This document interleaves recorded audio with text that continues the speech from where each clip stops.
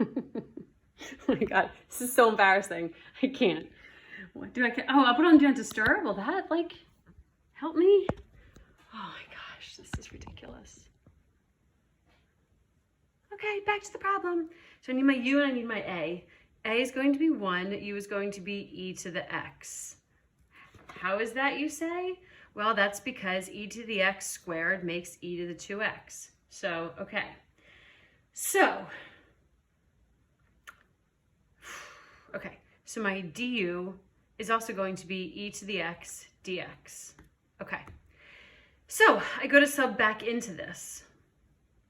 And on the bottom, this e to the 2x is going to be e to the x squared. That's what that is. E to the x squared is the same thing as e to the 2x. So on the bottom, I have the square root of u squared minus a squared, because a is going to be 1, that's fine. But what about this? If du is e to the x dx, I just said you can never stick x's into a problem. There's a bit of an exception here, and that is because it's arcsecant. So if I take this and let's say, all right, du equals e to the x dx, what's another way to express e to the x? Well, e to the x is the same thing as u. So du is the same thing as u dx.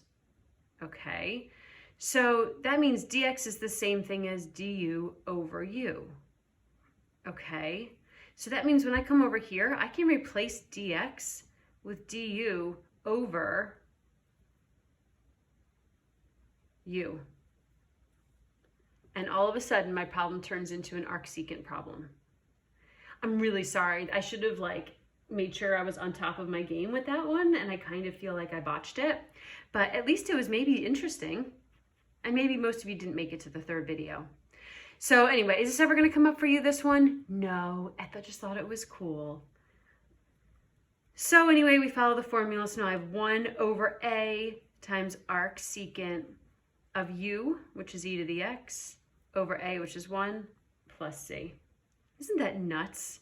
So this is just the arcsecant of e to the x plus c, which if I did go check it, yeah, I mean the derivative of arcsecant e to the x is 1 over u, which is this, times the square root of u squared, which is this, minus a squared,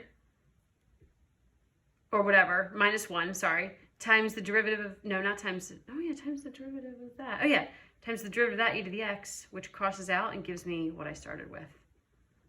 Wow, that's insane.